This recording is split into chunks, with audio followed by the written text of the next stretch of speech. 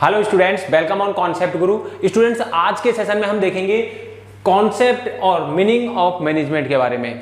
इस सेशन में हम ये समझेंगे और बहुत अच्छे से अंडरस्टैंड करेंगे कि मैनेजमेंट जो है वो कॉन्सेप्ट क्या है, एक्चुअल में उसकी मीनिंग क्या है। इसको हम डिटेल में अच्छे से अंडरस्टैंड करने वाले हैं, तो ध्यान से समझना बच्चों। अकॉर्डिंग टू मॉडर्न कॉन्सेप्ट के अकॉर्डिंग मैनेजमेंट की क्या डेफिनेशन दी गई है? Management is a process of getting things done with the aim of achieving goals effectively and efficiently।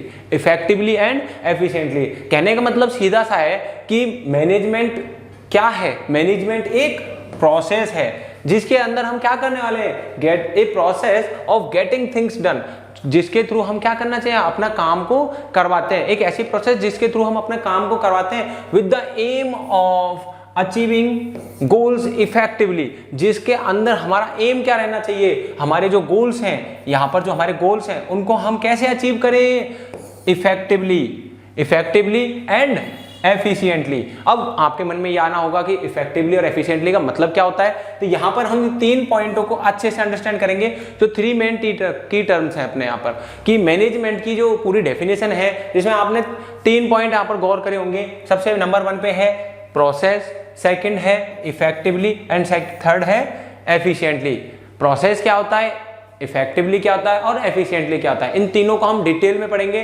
तो यहाँ डेफिनेशन आपको समझ में आ गई होगी, इसको नोट डाउन कर लेना। उसके बाद हम नेक्स्ट देखते हैं प्रोसेस के बारे में कि प्रोसेस क्या है। अगर मैं सिंपल वर्ड्स में कहूँ तो प्रोसेस क्या होती है भाई? हम कोई भी जैसे काम करते हैं तो उसको करने की एक स्टेप बाय स्टेप सीरीज होती है, प्रोसेस होती है, उसी को तो कहते हैं ना प्रोसेस। भाई हम अपना काम को कैसे करने वाले हैं, तो बिल्कुल वैसे की बात आपको बताया गया है कि प्रोसेस क्या होता है। तो देखो यहाँ पर क्या है, प्रोसेस रेफर्स टू सीरीज और सीक्वेंस ऑफ स्टेप्स। हमारी सीक्वेंस है स्टेप्स की। हम अपने को छत पे जाना होता है तो हम क्या करते हैं? स्टेप बाय स्टेप 1 2 3 4 सीढ़ियां चढ़ते हैं ना, ठीक वैसे ही। तो मैनेजमेंट क्या है? एक प्रोसेस है जिसमें इन्होंने क्या बोल रहा है? प्रोसेस रेफर क्या करता है? सीरीज और सीक्वेंस ऑफ स्टेप्स, या तो सीरीज या फिर सीक्वेंस ऑफ स्टेप्स, इसी को हम क्या कहेंगे? प्रोसेस। अगर आपसे पूछा जाए what do you mean by process, तो आप एक्सप्लेन कर सकते हो आराम से। और हम अगर मैनेजमेंट की टर्म में बात करें तो क्या कहा जा रहा है? Management is a process because it perform series of functions. मैंने कहा था ना, अभी क्या कहना चाह रहे हैं कि डेफिनेशन में भी हमने अच्छे से अंडरस्टैंड किया था, तो यहां पर भी वही बात की जा रही है कि मैनेजमेंट क्या है? एक प्रोसेस है बिकॉज इसमें ये क्या परफॉर्म करता है? Series of functions to get the things done, जिससे कि हमारी जो थिंग्स है, मतलब जो हमारे काम है वो कंप्लीट हो जाए, डन हो जाए। दीज फंक्शंस आर, उनमें सबसे पहला क्या है? Planning, organising and third staffing, directing and controlling, जिसको हम क्या जानते हैं? POSDC।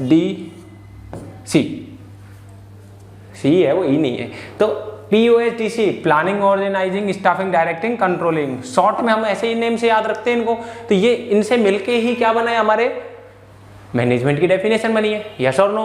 अब मैंने आपको पहले ही कहा था ना कि ये 5 पॉइंट से मिलके ही मैनेजमेंट की डेफिनेशन बनी है, और हम डिटेल में इस चैप्टर आपके लिए हर एक पॉइंट का एक पर्टिकुलर आपका एक चैप्टर है। तो प्लानिंग का अपना है, स्टाफिंग का अपना है, ऑर्गेनाइजिंग का अपना है, डायरेक्टिंग का अपना है और कंट्रोलिंग का अपना है।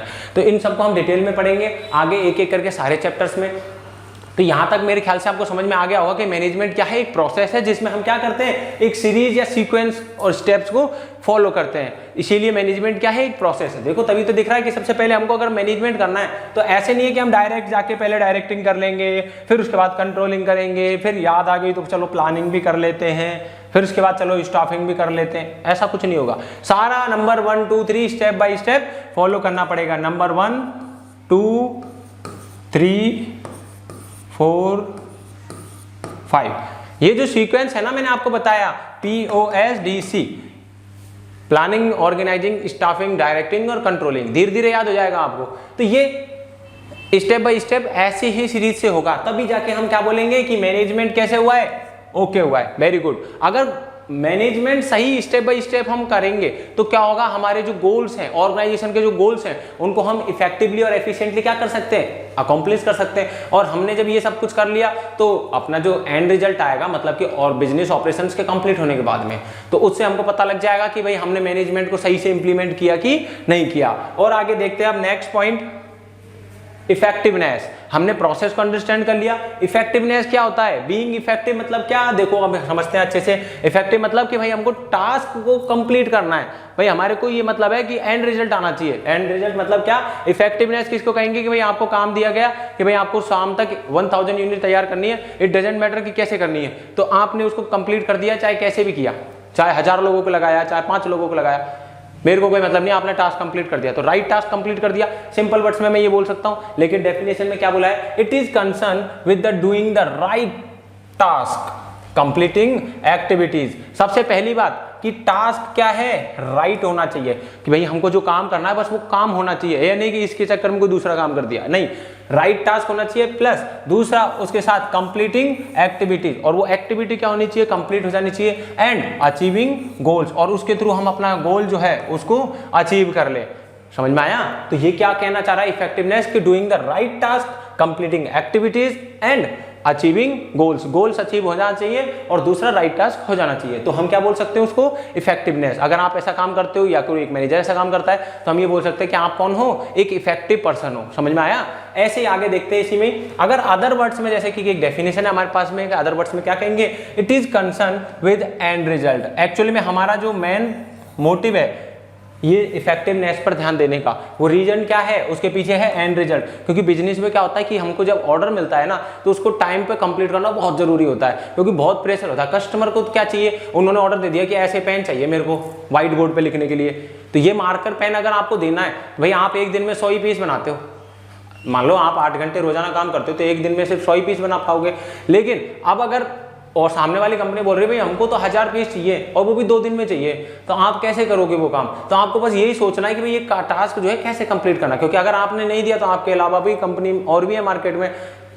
मान लो आप मिस्टर एक्स कंपनी हो तो आगे दूसरी वाई कंपनी होगी, वो उनको ऑफर कर देगी और कस्टमर आपका गया तो फिर आपकी तो सेल ऑटोमेटिकली डाउन होगी। इसीलिए आपको क्या होगा, टास्क को टाइम पर कंप्लीट करना जरूरी है। आप छोड़ तो सकते नहीं, मना थोड़ी कर दोगे, नहीं सर हम तो 100 ही पीस बनाते हैं, हम 150 भी नहीं बना पाएंगे, ऐसा थोड़ी करोगे। आप अपनी एफिशिएंसी को बढ़ाओगे, आप अपने आप को इफेक्टिव बनाने की कोशिश करोगे। और अभी थोड़ा धीरे धीरे आपको एक बार ये डेफिनेशन समझ में आ जाए, फिर हम बताएंगे कि ये दोनों चीज़ों का अपना अपना इंपॉर्टेंस है। जैसे कि एक कॉइन होता है, उसकी 2 साइड होती है, तो हेड की भी अपना वैल्यू है और टेल की भी अपनी वैल्यू है, तो दोनों का होना बहुत जरूरी है ना। अगर एक नहीं हो तो दूसरे की कोई वैल्यू, सिक्का ही नहीं चलेगा, सीधी सी बात है, बिल्कुल ऐसे ही। तो यहाँ पर एक चीज समझने की बात है कि अदर वर्ड्स में हमने क्या कह रहे हैं कि ये concern with the end result, और बीइंग इफेक्टिव और डूइंग वर्क इफेक्टिवली मीन्स, अब पहला क्या है, बीइंग इफेक्टिव का मतलब क्या है, डूइंग वर्क इफेक्टिवली। भाई हमारा जो काम है उसको कैसे करना है, हमको इफेक्टिवली तरीके से करना है। इफेक्टिवली मतलब कि भाई हमको टास्क जो है उसको टाइम पर कंप्लीट करना है, तो ये हो गया आपका इफेक्टिवली। देन उसके बाद इफेक्टिवली का मतलब क्या हुआ, फिनिशिंग द गिवन टास्क। जो टास्क है उसको हमको क्या करना है, फिनिश कर देना है, डन कर देना है। क्या कर देना है, डन कर देना है, और वो भी कब, टाइम पर। और achieving the goals on time. देखो वापस यही बोला जा रहा है कि भाई जो हमारा गोल है उसको टाइम पर कंप्लीट कर देना। भाई आपको 2 दिन का टाइम दिया गया था 1000 यूनिट तैयार करने के लिए, ऐसा तो नहीं है कहीं आप 1000 यूनिट तो तैयार कर रहे हो लेकिन 10 दिन लगा रहे हो। अब 10 दिन में क्या करेगी कंपनी, उनको तो आज 2 दिन में ही चाहिए था। यस और नो? भाई चीज चाहिए जब ही चाहिए। अभी मान लो आपकी एग्जाम आ जाएगी बोर्ड की, तो बोर्ड की एग्जाम आ जाएगी, मान लो मार्केट में पेन की डिमांड ज्यादा बढ़ने लगे, बच्चे ज्यादा पढ़ाई करने लगे, तो कंपनी को तो फटाफट से कंपनी पेन मैन्युफैक्चर करके देने पड़ेंगे ना मार्केट में। अगर नहीं दिए तो बच्चे क्या करेंगे, कुछ और अल्टरनेट पे शिफ्ट हो जाएंगे। यस और नो? इकोनॉमिक्स में पढ़ा है ना आपने, तो कस्टमर क्या करता है, शिफ्ट हो जाता है अदर प्रोडक्ट पर। तो बस वही चीज है, इसीलिए हमको क्या करना पड़ता है कि हमारे को अगर कंपटीशन में टिका रहना है, मतलब बिजनेस को, तो उस केस में क्या होता है, बहुत इफेक्टिव होना बहुत जरूरी है, टाइम पे कंप्लीट करना जरूरी है। अगर आप होमवर्क नहीं करते हो तो स्कूल वाले भी तो आपको डांटते हैं ना, ठीक वैसे ही, क्योंकि आप इफेक्टिव नहीं हो इसका मतलब आप काम ही नहीं करके ला रहे, बाकी बच्चे तो कर ही लेते हैं ना, तो ऐसा ही होता है। तो देखो आप नेक्स्ट डेफिनेशन देखते हैं, यहां तक समझ में आ गई होगी। अगर कुछ समझ में नहीं आया हो तो मेरे को एक बार कमेंट करके जरूर बताना, मैं आपको रिप्लाई कर दूंगा। उसके बाद अब नेक्स्ट देखते हैं अपन डेफिनेशन। नेक्स्ट क्या बोला है, एफिशिएंसी। एफिशिएंसी दिख रहा है आपको, समझ में आ रहा है? कलर थोड़ा मैंने चेंज लिया है, कहीं ऐसा नहीं हो कि दिखे ही नहीं, पर देखते हैं एफिशिएंसी का मतलब क्या हुआ। एफिशिएंसी अभी हमने देखा इफेक्टिवनेस, इफेक्टिवनेस यानी इफेक्टिव, इसका मतलब क्या हुआ, टास्क जो मिला, राइट टास्क जो मिला उसको टाइम पर कंप्लीट कर देना, ये हाँ आपका हो गया कि आप इफेक्टिव हो। लेकिन अगर आप उस टास्क को टाइम पर कंप्लीट कर देते हो, लेकिन ये जो मार्कर है मार्केट में 20 रुपीज का सेल होता है, मतलब इसकी एमआरपी है 20 रुपीज़, तो मार्केट में जाहिर सी बात है 20 से कम में देना पड़ेगा, तभी तो प्रॉफिट मार्जिन पे एक सामने वाला रीसेलर जो है वो उसको सेल करेगा। तो आपको मान लो कि मार्केट में ये देते हो आप 16 रुपये का। अब आप इसको बनाने की जो कॉस्टिंग है पहले आपके आती थी, जैसे नॉर्मल डेज में आप बनाते थे तो इसकी 12 रुपये की कॉस्टिंग आती थी, तो आप 2 रुपये प्रॉफिट मार्जिन के साथ में इसको होलसेलर को दे देते थे, ठीक है, तो 14 रुपये में आप मार्केट में दे देते थे। लेकिन अभी आपके पास ऑर्डर आ गया 1000 यूनिट का, तो आपने क्या बहुत जल्दी जल्दी किया कि भाई सामने वाले मतलब अपना जो एम्प्लॉयर है उसको इम्प्रेस करने के चक्कर में, आप एक मैनेजर हो इस कंडीशन के अंदर, इमेजिन करो कि आपने अपने एम्प्लॉयर को हैप्पी करने के चक्कर में, आपने सप्लायर्स को खुश करने के चक्कर में ये टास्क जो है टाइम पर कंप्लीट कर दिया, लेकिन उसके चक्कर में गलती हो गई। और वो क्या हुई कि आप जो मार्कर 12 रुपये की कॉस्टिंग में तैयार करते थे, सामने वाले को 14 रुपीज़ में देते थे, लेकिन अब वो 14 की जगह पर आपने उसको बनाया ही कितने में, 17 रुपीज़ में। अब 17 रुपीज़ का जब आप उस मार्कर को बनाओगे कितने रुपीज़ में, 70 रुपीज़ में। अब 17 रुपीज़ और कहाँ आपके 12 रुपीज़। अब ये आपकी क्या है, कॉस्टिंग है। अब कॉस्टिंग में 12 से 17 आपने कितना इंक्रीज कर दिया, यहां पर देखो +5 हुआ कि नहीं हुआ, 5 रुपये उल्टे ज़्यादा ही लग गए आपके। तो इस केस में सामने वाली जो पार्टी है, यानी कि जो सामने वाला आपका परचेज करने वाला कस्टमर है, वो इसको लेगा ही नहीं, यस और नो।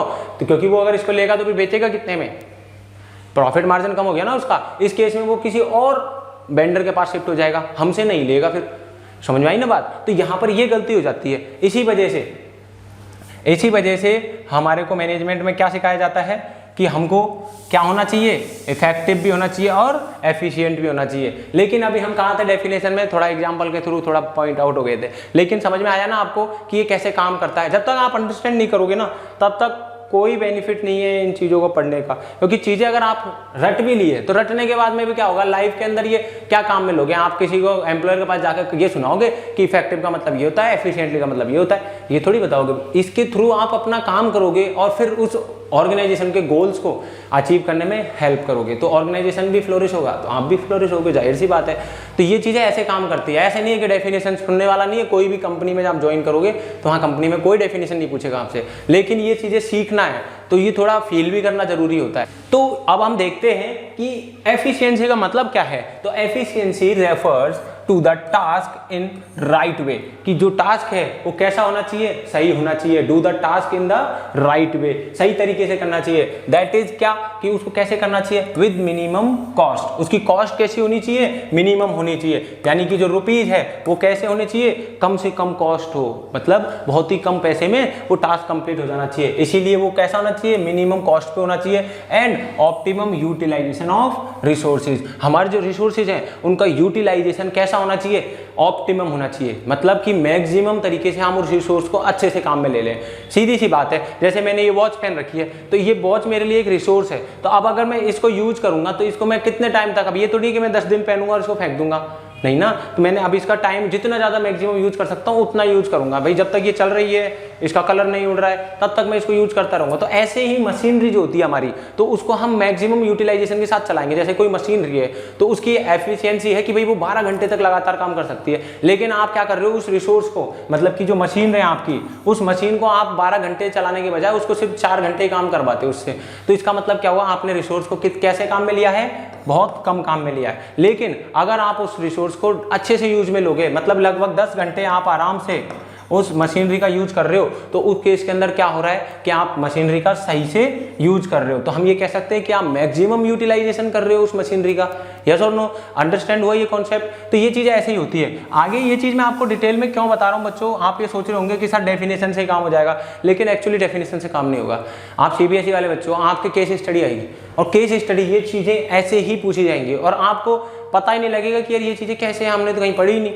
लेकिन ये क्या है कि जब आप लगातार कॉन्सेप्ट को डिटेल में थोड़ा अच्छे से अंडरस्टैंड कर लोगे और हर एक केस स्टडी की अच्छे से प्रैक्टिस करके जाओगे, तो क्या होगा, फिर कोई सी भी केस स्टडी आ जाए आप आराम से आंसर कर दोगे। डायरेक्टली नहीं पूछेंगे डेफिनेशंस। कई बार क्या होता है कि डायरेक्ट पूछते हैं कि भाई इसमें कौन सा जो रोल है वो दिख रहा है, क्या कमी दिख रही है, क्या लैग कर रही है कंपनी, क्या इसके अंदर बहुत अच्छा बेनिफिट दिख रहा है कंपनी को, तो वो कौन सा बेनिफिट है, क्या मतलब इस कंपनी के क्या उनसे फीचर्स दिख रहे हैं, कौन सी, मतलब आपको कोई भी कंडीशन दिखा देंगे, कौन सा टाइप्स दिख रहा है, तो आपको वो पहचान के बताना है। तो इसलिए क्या चीज़ें बहुत अच्छे से अंडरस्टैंड करके चलना है अपने को, ठीक है। तो अब रिसोर्सेज को हमको कैसे यूज लेना है, मैक्सिमम यूटिलाइजेशन करना है। और एफिशिएंसी इन्वॉल्व, अब हम इसकी एक्चुअल में डेफिनेशन पे आते हैं, क्योंकि अगर शॉर्ट में कहें, ब्रीफ में कहें, बिल्कुल सिंपल वर्ड्स में कहूं तो क्या बोला है कि राइट वे में टास्क को कंप्लीट कर देना। कैसे? मिनिमम कॉस्ट पे और ऑप्टिमम यूटिलाइजेशन के साथ में, मतलब कि अच्छे से यूज में ले लो सारे रिसोर्सेज को और मिनिमम कॉस्ट के साथ में, मतलब कम खर्चे पर। समझ में आया?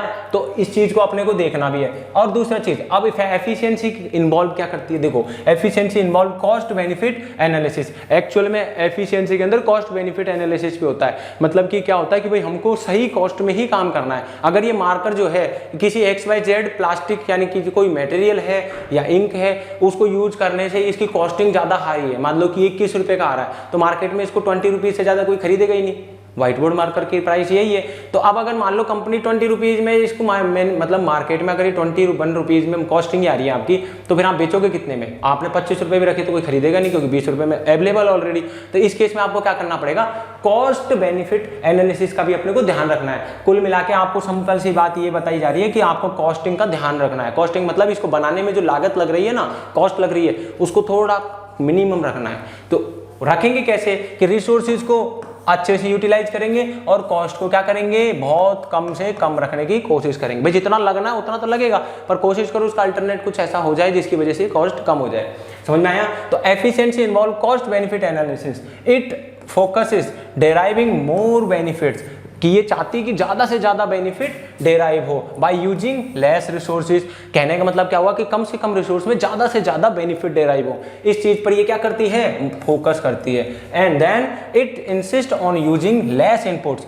ये क्या चाहती है कि भाई कम से कम इनपुट लगाया जाए, मतलब हम इनपुट कम लगाएं और ज्यादा से ज्यादा आउटपुट लें। देखो ये क्या कहना चाह रहा है, it insist on using less inputs such as money. पहला इनपुट क्या होता है, मनी होता है। यस और नो, विदाउट मनी तो अपन कुछ कर ही नहीं सकते बिजनेस में। उसके बाद नेक्स्ट मटेरियल, कि भैया उसके लिए जो बनाने के लिए जो काम आने वाले मटेरियल है, जिसको रॉ मटेरियल वगैरह कहते हैं, तो वो सारी चीजें। एंड देन इक्विपमेंट्स, जिनके थ्रू हम उसको टास्क को कंप्लीट करेंगे, क्योंकि कुछ भी मशीन अकेले काम नहीं कर सकती। उसके लिए क्या चाहिए, रॉ मटेरियल चाहिए, लेबर चाहिए, सारी चीजें चाहिए ना, इलेक्ट्रिसिटी चाहिए, बहुत सारी चीजें चाहिए, लैंड चाहिए, कैपिटल चाहिए, बहुत सारी चीजें चाहिए। तो वो सब क्या है, इनपुट है। क्या है बच्चों, इनपुट। ध्यान रखना, उसको इनपुट कहेंगे। जो हम प्रोडक्शन करने के लिए जो जो चीज़ों की आवश्यकता होती है उसे हम कहते हैं इनपुट, और उससे जो मैन्युफैक्चर होता है, उसके बाद जो प्रोडक्ट आता है या जो सर्विस आती है, उसे कहते हैं हम आउटपुट। तो ये कहना क्या चाह रहे हैं कि लेस इनपुट का यूज करते हुए, जैसे कि मशीनरी, मटेरियल, इक्विपमेंट्स वगैरह, उनसे हम क्या करेंगे, persons to get more output, और उससे हम क्या करेंगे, मैक्सिमम आउटपुट को अचीव करेंगे। क्या करेंगे, मैक्सिमम आउटपुट को अचीव करेंगे। ध्यान रखना, कौन सा आउटपुट, मैक्सिमम, याद रखना, ठीक है बच्चों। तो मैक्सिमम आउटपुट को अचीव करने का तरीका क्या है कि इनपुट रिसोर्सेज लगा, मतलब कि हम जो इनपुट लगा रहे हैं वो कम से कम लगाएं और कम से कम रिसोर्सेज का यूज करें और उससे मैक्सिमम आउटपुट डेराइव करें। ये फोकस करता है किस पर, एफिशिएंसी पर। तो हम क्या कह सकते हैं कि आप क्या हो, एफिशिएंट हो। अगर ऐसा कोई काम मैनेजर कर रहा है तो इसका मतलब वो मैनेजर जो है बहुत अच्छा है, मतलब बहुत मोस्ट एफिशिएंट वर्कर है। समझ में आ गया। उसके बाद हम ये कह सकते हैं कि management is concern with efficient use of resources. हम ये कह सकते हैं कि एक्चुअल में जो मैनेजमेंट है वो कंसर्न किसके साथ है कि भाई एफिशिएंट यूज होना चाहिए किसका, रिसोर्सेज का। मतलब कोई भी रिसोर्सेज अंडर यूटिलाइज नहीं होना चाहिए, जो भी चीज है उसको बहुत अच्छे से यूज करना चाहिए। जैसे घरों में हमारे, आपने देखा होगा ना, मैंने आपको स्टार्टिंग में बताया था कि आपने मम्मी जो होती है ना, अपनी जितनी मम्मी लोग होती हैं, ये सब बहुत एफिशिएंट होती है। कैसे होती है, अभी हमारी कोई टी शर्ट है तो उस टी शर्ट को अभी हम बहुत पहनेंगे, उसके बाद में क्या होगा, वो उसका कुछ पोंछा वगैरह बना लेती है, फेंकते नहीं है ना, तो बिल्कुल मैक्सिमम यूटिलाइजेशन करती है। तो वैसे ही मशीनरी होती है, तो उसका इन्होंने क्या बोलता है, एफिशिएंट यूटिलाइजेशन करना चाहिए। समझ में आ गया।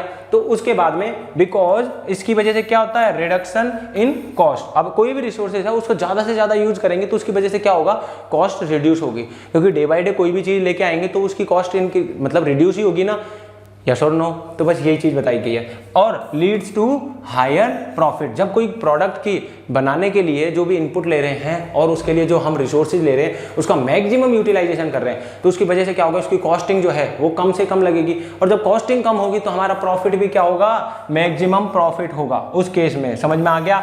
तो मैक्सिमम प्रॉफिट होगा तो कंपनी को बहुत मजा आएगा, यस और नो। प्रॉफिट में सबसे ज्यादा मजा है, तभी तो बिजनेस करने में मजा आता है, यस और नो। अब हालांकि बिजनेस कॉम्प्लेक्स एक्टिविटी है, लेकिन प्रॉफिट चाहिए तो देखो रिस्क तो लेना ही पड़ेगा, और रिस्क लेना है तो ये सारी चीजें अपने को आना जरूरी है। बिना इनके आए मतलब एफिशिएंसी और इफेक्टिव, इन दोनों को बहुत अच्छे से अंडरस्टैंड किए बिना आप बिजनेस में सक्सेसफुल कैसे हो सकते हो ही नहीं पाओगे, क्योंकि ये बहुत क्या है हमारे लिए, बहुत नेसेसरी है।